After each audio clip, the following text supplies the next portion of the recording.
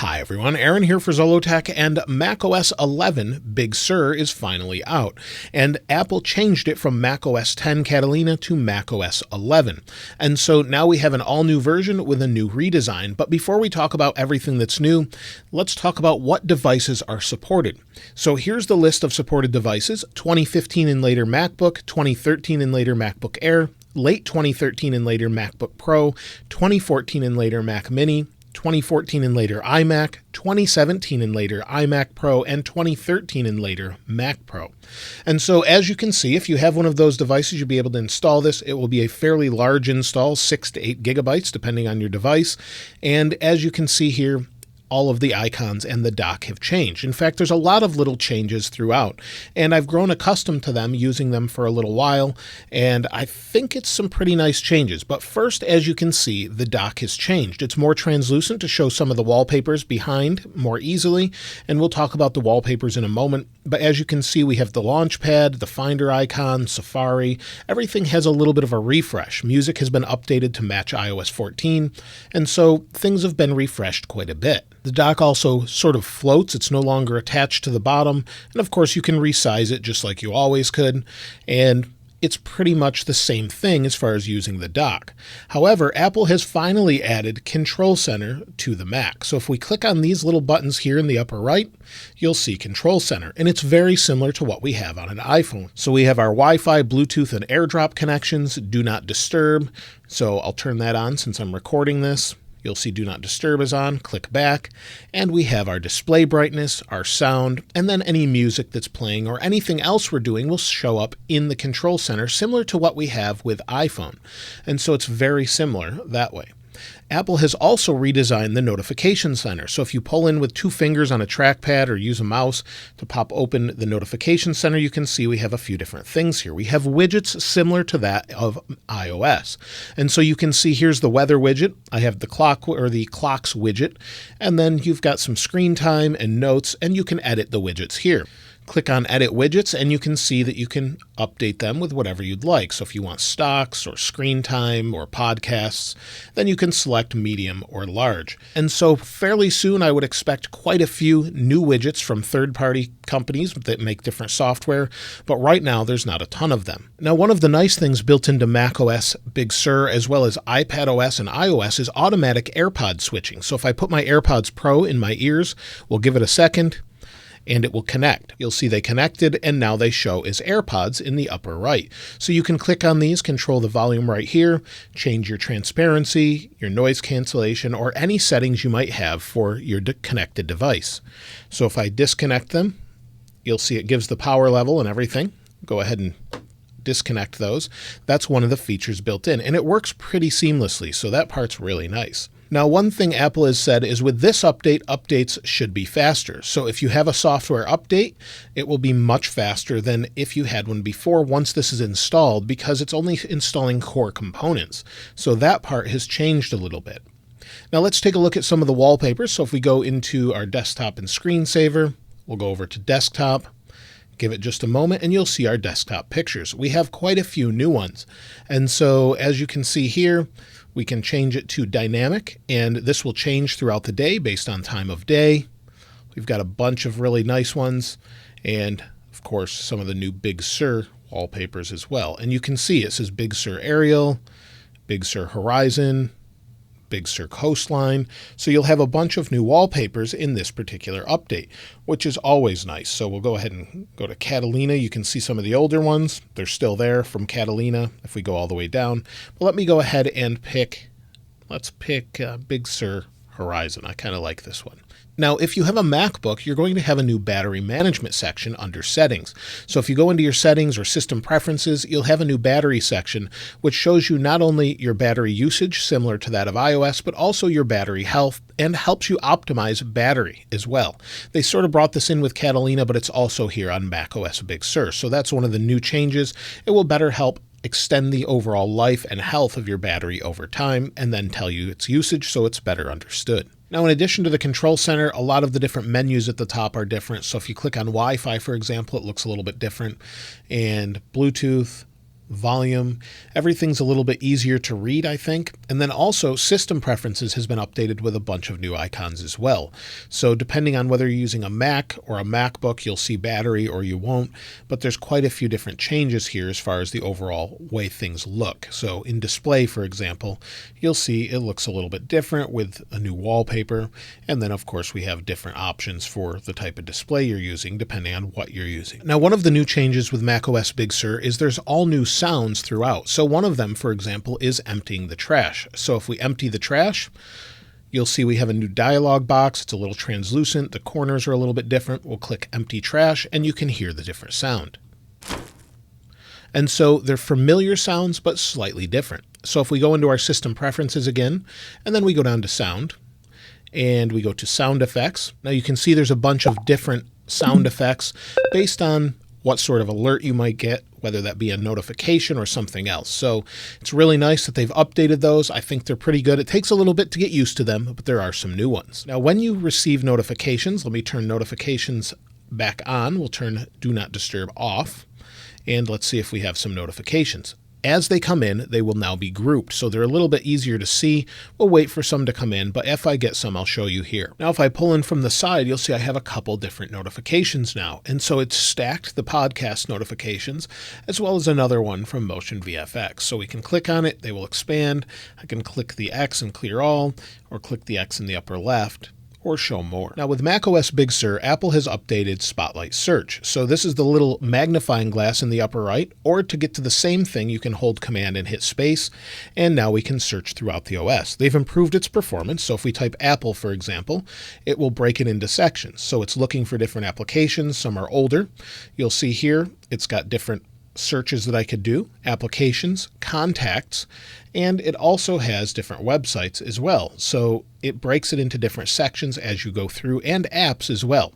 Now, if we click on one, for example, maybe Apple Store, it will give a preview of what it is. So it previews exactly what you're looking at, and it will give previews of websites and everything else. So it's really handy. I use it all the time to search my Mac for documents, and it's really great to use. Also with Spotlight Search, it's integrated into the Mac a little bit more, where it's in Find menus in Safari, Pages, Keynote, and everything else. Now, if we go into the Finder, you'll see there's a new search bar at the top. They've sort of streamlined the overall look of Finder. They haven't changed a whole lot, but mostly just updated the icons within Finder.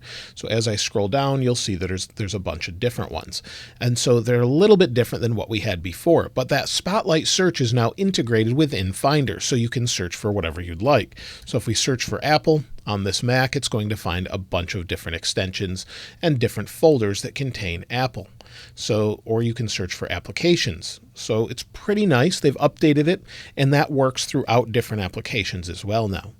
Now, if we close out of this and go into Safari, there's some major changes with different applications throughout the OS. So let's go into Safari, and within Safari, it looks a little bit different. And you can see it's broken down into favorites, frequently visited, privacy report, reading list, and from iPad Air. And so it's carrying over everything with handoff from the iPad, and then also you can customize this. So in the bottom right, you have a little options menu here, and now we can change the background wallpaper, for example, of Safari. So maybe we want to pick one of these. I tend to like this one. It will stick on the background, or this one. And now we have a new background image. And then you can turn off anything that's shown here. So if you don't want anything from iCloud or background images or Siri suggestions or your privacy report, you can simply turn those off and they disappear, turn them back on, and they come back. So it's a really nice customization, and it's fairly simple. And there's also new extensions that are available in the App Store. So if you're big on extensions, I don't really use extensions, but if you are big on those, we'll go to Safari Extensions, for example, and it loads, and now we have a bunch of different extensions that you can get for Safari within the App Store. So it opens it right up, and you can download whatever you'd like. You can see here anything from 1Password to Grammarly to anything else that's here, and it's secure as well. So that's one nice thing about it. And speaking of security, they now give you a privacy report. You've already seen this down here, but if we click on this little icon to the left of the address bar, it gives us a privacy report on the website we're at. So maybe we'll go to, let's try apple.com. And on Apple's website, if we click on the privacy report, it says this website did not contact any trackers. If we click the little I for information, it gives us more detail. So you can see in the last 30 days it prevented trackers. It said 59% of websites I visited had trackers, and you can see all the different websites I've visited here. So there's quite a few. Visit all these different websites, and there's trackers as well saying where they've come from. This is telling you exactly what's going on and showing you what was prevented to help you better understand how secure your device is. So it really does help in preventing a lot. Now within Safari, there's better management of tabs. So if I open a new tab here, we'll open a tab. Maybe we'll go to, we'll just go to my website here. It's loaded. It's not that updated, but you get the idea. If I hover over the other one, and we have a lot of tabs or just a couple, you'll get a preview. So it takes a second to show up. You've got a preview of what that tab is. If I go back over to my website, I hover over it, you'll see that there's a preview of that website. So that's something that's a little bit new. They've also updated it so that it's 50% faster, and it also monitors passwords as well. If you're using Apple's keychain to manage your passwords, it will let you know if those passwords have been compromised on a website. So it sort of keeps track of that and then lets you know, which is really great. It's also more power efficient if you're using it on a MacBook and need to save some power. So I highly recommend Safari over maybe Chrome or Firefox, as they claim it's much more power efficient. Now finally, the last thing I really like in this particular version has to do with a new feature called translation. So if I go to a website in a language I don't understand, I've used this website in the past just to sort of demonstrate this. This website is in French. If I'm using a website that's not in my native English language, you'll see in the upper right of the address bar, it says translation available. This may not be available in all regions, but it is in the United States and I believe Canada and some other countries as well. But if I click on translate, it has the option for translate to English or preferred language. We'll click on translate to English, enable translation, give it a second, and now it translates. So now I can read the website as I scroll through it because I wasn't able to read it before when it's in French. It supports, I believe, over 10 languages at this point. There will be more in the future, I'm sure, but it's really nice. When I'm done using it, I can just switch back to the original by clicking the same button, and we're back to French. So it's a really nice feature that's built in, and I've been using Safari on macOS Catalina for a while, and it's great. It's very fast and it works well. Now the next change with macOS Big Sur has to do with messages. So if we go into messages, wait for it to open, you'll see that it's more consistent across iOS 14, iPadOS 14, and macOS Big Sur. And so what that means is on the left here, while I do have a bunch of conversations blurred out, on the left, if I option click or right click on a particular conversation or person, I can pin that. So I'll pin it, and now I have quicker access to people I want to talk to more frequently. You can pin up to 9 different contacts within this little dialog here. Now also, there's some new effects just like we get on iOS 14. So for example, I'll type hello and click the little button to the left with the App Store, and you'll see I have 4 different options. I have photos, memoji stickers, which are new, images, or message effects. So if I click on message effects, we have a bunch of different message effects. So maybe we want celebration, or echo, or fireworks. We can do these from the Mac now instead of only from iPhone or iPad. Also, we have the option for memoji stickers, like I said. So if I go into memoji stickers, wait for it to load, we'll click on the mouse here. You'll see it's a little bit slow sometimes, but now we have all our memoji stickers and our memoji carried over from our iPhone. So you can see here, you just paste it in there and then you can send it. So you have that option in Mac now as well. Now also you can search for different images or GIFs or GIFs, depending on how you want to say that, but you can search for those and just paste them in. So you have the options you have on the iPhone right here. And then additionally, if you have a conversation where it's a group conversation, there's some new options as well. You'll see within this group conversation, I have an option in the upper right. Click on the little eye, and now I can actually change the photo that's here.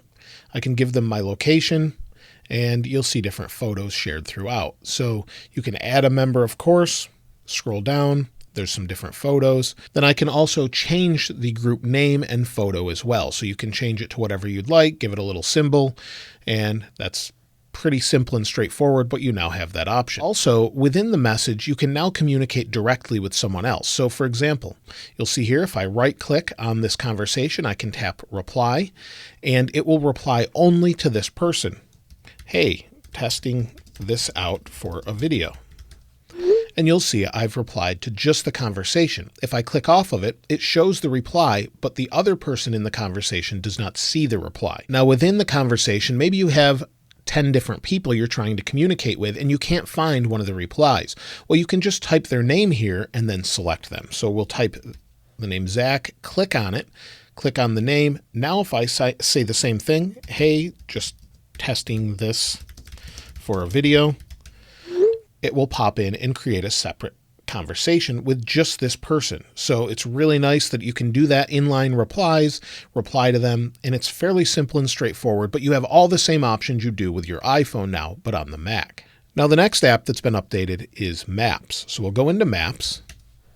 Now within Maps, there's a bunch of new features, and it's been updated to have more comprehensive information similar to that of iOS again, and there's some new updates to it as well. So for example, in certain cities, there's guides. So let's go to San Francisco, for example.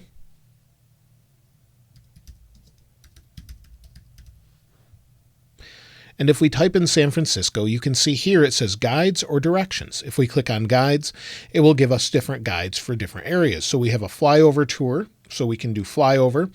We also can create a route from here. We can get directions, and then we've got guides down here as well. So maybe we're not familiar with the area.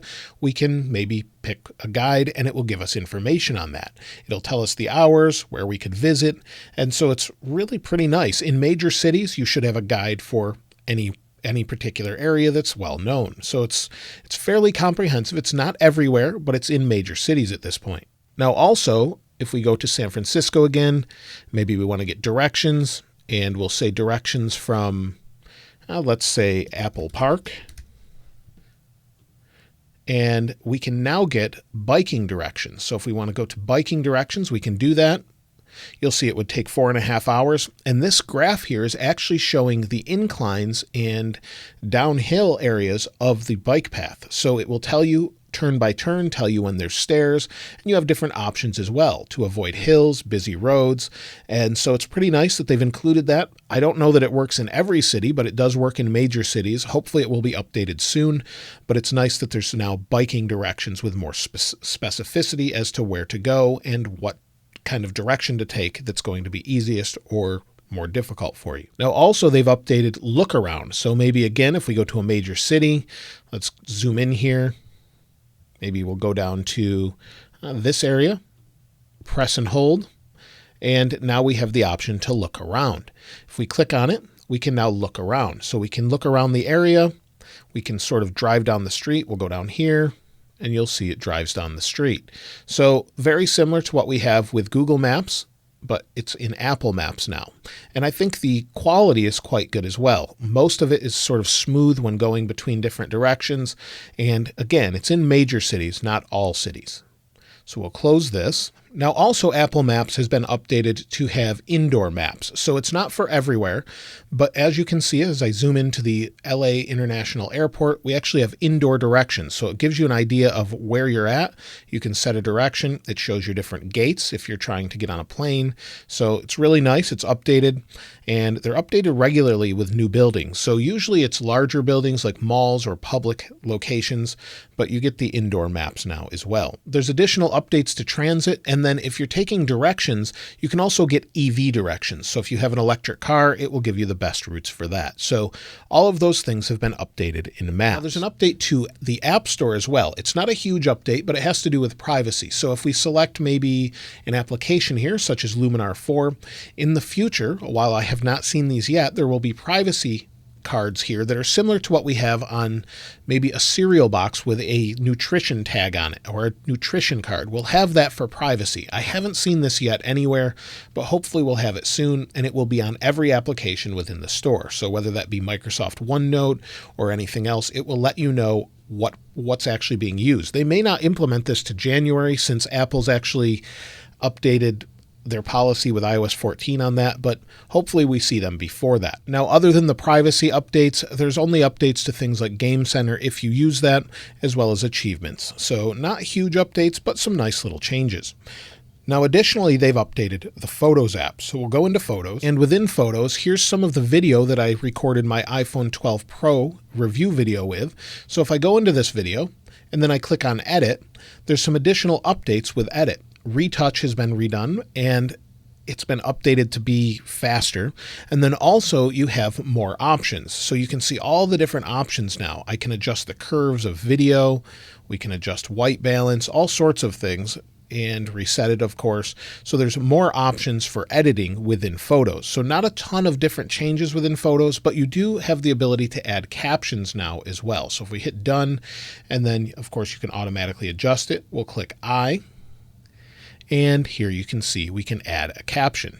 So we have the option to add a caption to our photo. We can say HDR video, and that's it. And you can see it was recorded with an iPhone 12 Pro.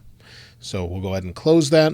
And of course, it tells us where we took it and everything else. But those are the major changes to the Photos app this year. Some control changes. When you pinch to zoom out, you can zoom way out. But it's basically the same as we have on iPhone, again, with more editing options. Now, music is updated as well. And here's something you're going to see throughout. All of the different applications now have sidebars throughout the OS. So you'll see a bunch of different ones. And there's now a new Listen Now tab. So that's where you go for everything now, where it's music that you might like, favorites mix. As we go in here, it'll show you different favorites mixes, browse, radio. It's very similar, but there's a new Listen Now button.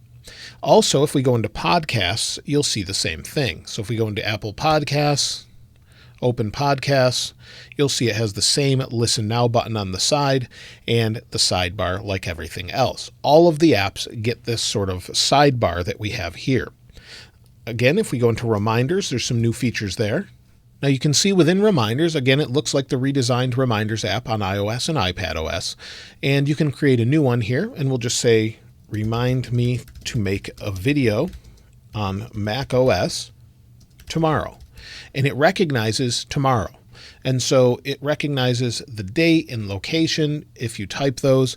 And it's really very nice. Just like the one on iPadOS, for example. It has smart suggestions, personalized lists, and reminder suggestions in Mail. Mail does not get a big update, but it will recognize dates in Mail and then suggest a reminder. You can also assign these to people as well. So if you want to assign a reminder to someone, you have that ability. Now they've also updated voice memos. So if we go into voice memos, you'll see that it looks familiar again. Click this button here. We can create folders. We have voice recordings. It will automatically sort. So if you want to create a folder, just name it recordings. Now we have a new folder named recordings. We can click and drag our recording over to it. And if we make a recording, we can modify that recording to have it correct it. So maybe you have a bunch of background noise in a classroom. Click Edit, and then we have Auto Enhance on some of these here. So we have the little Enhance button. It will automatically enhance the audio to sort of take out background noise and reduce room reverb. So you have that option, and of course you can trim it as well. So it's really nice. They've updated, very simple to use, but it will also sync across all your devices. So you can make folders, mark as favorites, make smart folders. So we'll hit done, and maybe we want to favorite this one, we can favorite it. So it's really simple and great if you're using it for classes and notes and things like that.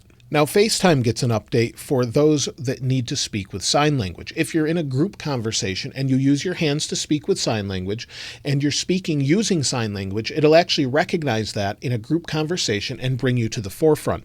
That way people can actually see what you're saying. So it's a nice little update. Again, that carries across iOS 14 and iPadOS 14 this year as well. Now, other than what you can see, Apple has updated a lot of the core OS to make it more stable and faster, but also they've added some international features. What that means is new bilingual dictionaries for a bunch of different languages such as French, German, Indonesian English, Japanese Simplified Chinese, and Polish English. And then also they have enhanced predictive input for Chinese and Japanese, new fonts for India, including 20 new document fonts. and also localized message effects in messages for India. So when you send a greeting in one of 23 Indian local languages, messages will add a corresponding message effect to help you celebrate the moment. So send Happy Holi in Hindi and messages automatically adds confetti to accompany the greeting. So all of those things have been updated in this particular version. And so that's it for macOS Big Sur. Let me know what you think about it in the comments below. I really like it after using it for a while. It did take some time to get used to, and applications like Final Cut seem to be working okay with it, so Pro apps seem to be working just fine. But that's all of the basic changes. A lot of it is under the hood, and a lot of it is consistency changes as well. Again, let me know what you think about it in the comments below, and I'll link a link to all of the different wallpapers that are in this particular update if you're not updating to it in the description like I normally do. If you haven't subscribed already though, please subscribe, and if you enjoyed the video, please give it a like. As always, thanks for watching. This is Aaron. I'll see you next time.